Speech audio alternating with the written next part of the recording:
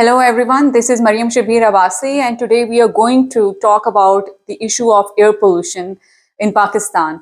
Particularly, the issue of air pollution is, everywhere around the world in major cities, in urban settings.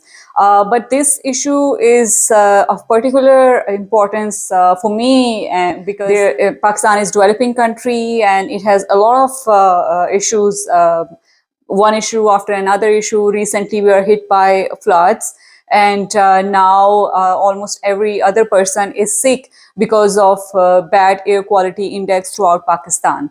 So, why the government has failed to address this issue so far? So let's begin with that. What exactly is air pollution and why this issue gets so much attention in the beginning of the winter? In the beginning of the winter, this bad air quality index or air pollution is termed as smog season, which is kind of fourth season in Pakistan. And what happens that, the pollutants which stays in air, like which are emitted in air throughout the year, they basically get traps by moisture and low temperatures, and it creates kind of haze in the sky, which can be seen, and that is basically smog. So smog is kind of also a mixture of fog and smoke. And smoke does have, of course, pollutants. And pollutants include, of course, particulate matter 2.5, which can't be seen with naked eyes, and nitrous oxide, sulfur oxide, and aerosols and other pollutants in that. So why, the major sources, if you look at different researches done so far, the major sources of air pollution or smog in Pakistan are, number one is transportation sector, and number second is industrial sector, and then comes, brickens, farmers, which are like seasonally, they burn their stubble, and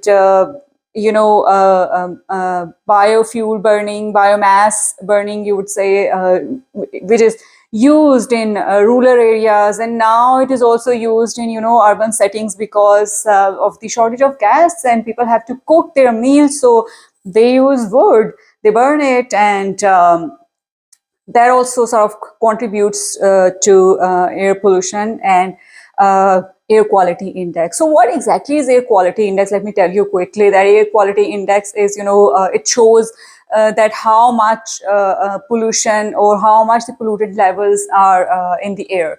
So the normal range of air quality index is 0 to 50.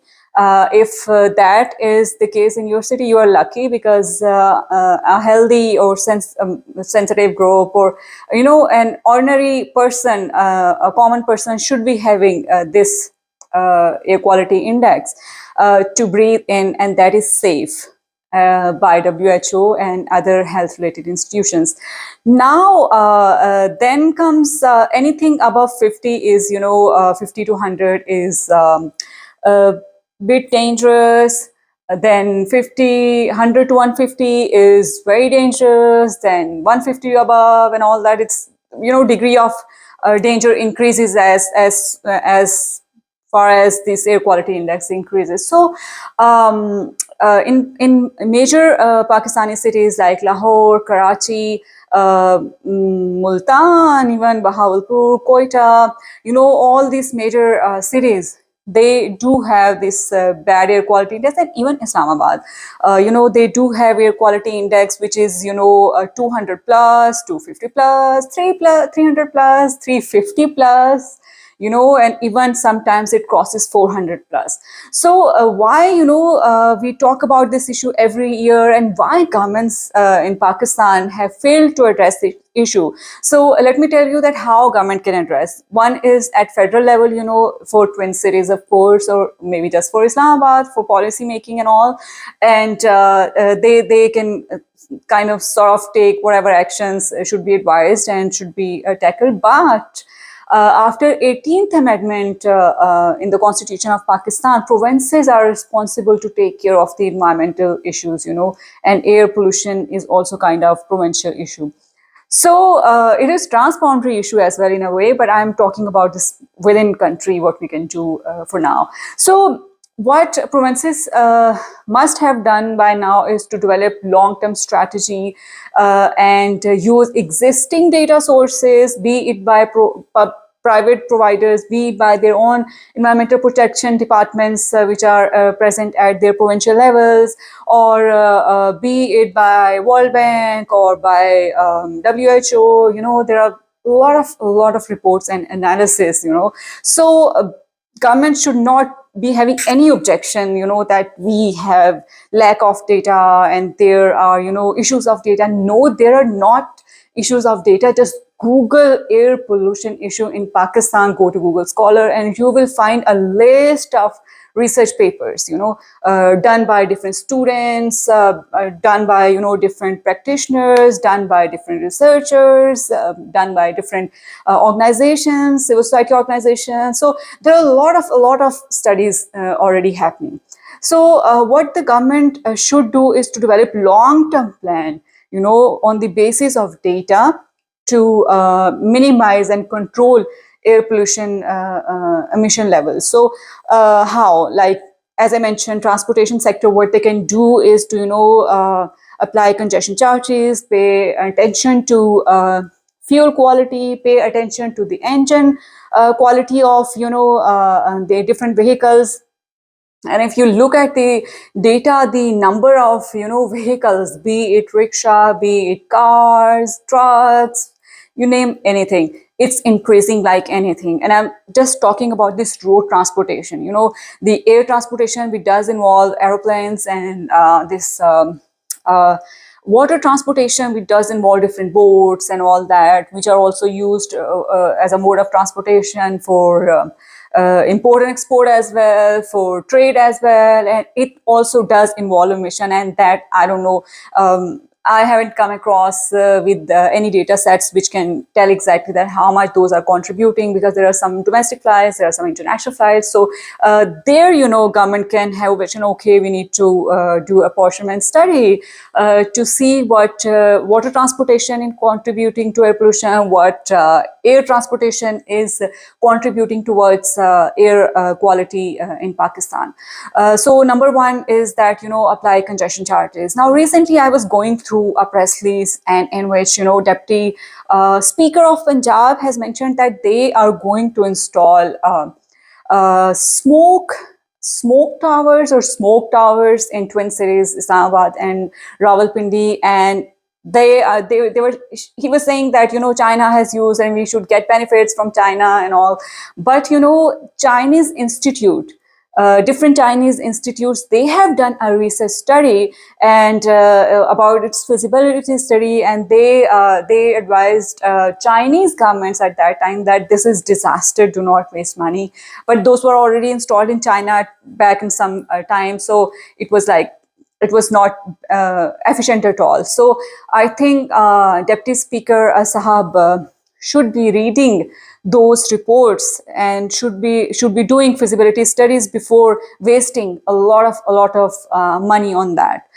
So what can we do?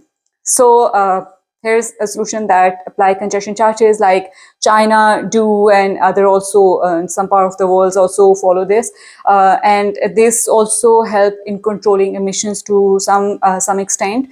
And then increase public transportation which is based on electric vehicles. We say, this is called sustainable transportation, like Orange Line, Metro. These are like really good for the public, for the environment, of course, because it involves really less emissions into the air as compared to other vehicles which are already on the roads in Pakistan.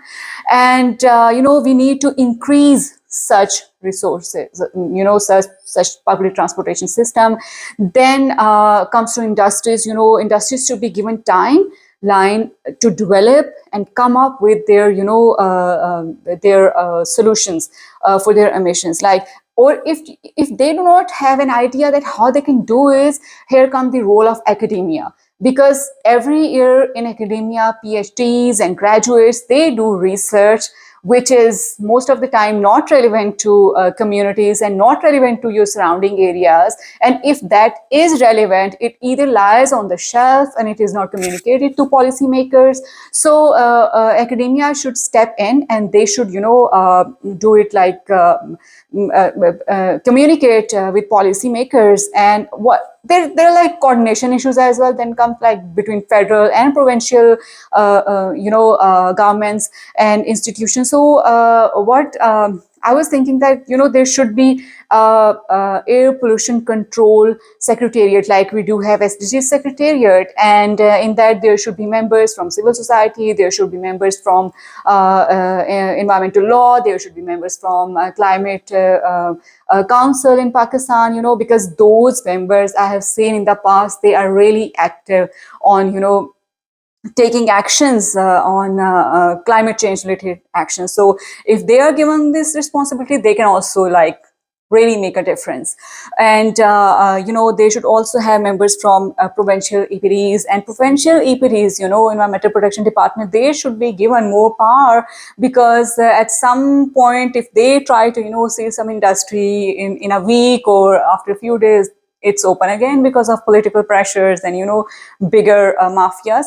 So this of course governance issues then also come, and those have like separate story. And then comes farmers and biomass burning, so and waste burning.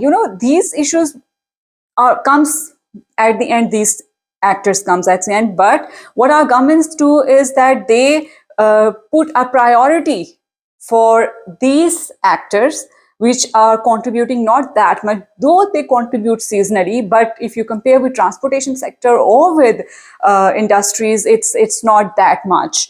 And they too have like separate planning with farmers, how to help them understand about latest technology, about this stubble burning issues and how it's going to impact health and environment of everyone, and how that is going to affect their crops actually as well in the future, because those emissions also harms crop productivity and all in the longer run. So these were like a few points which I wanted to talk about.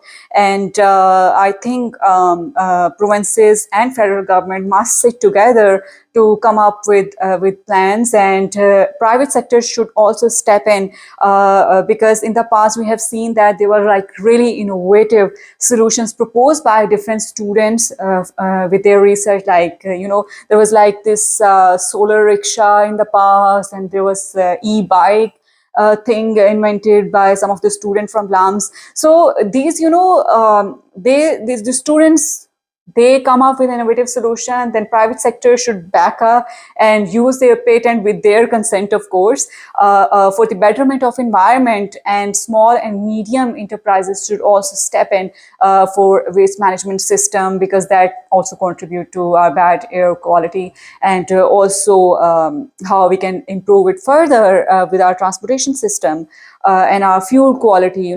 Everything is in place. What we need is like a proper setup of one of institution which can coordinate and make them sit all the actors. Then we can do our homework and do some work within our country. After working within our country, then we can talk about neighboring countries and how they are contributing to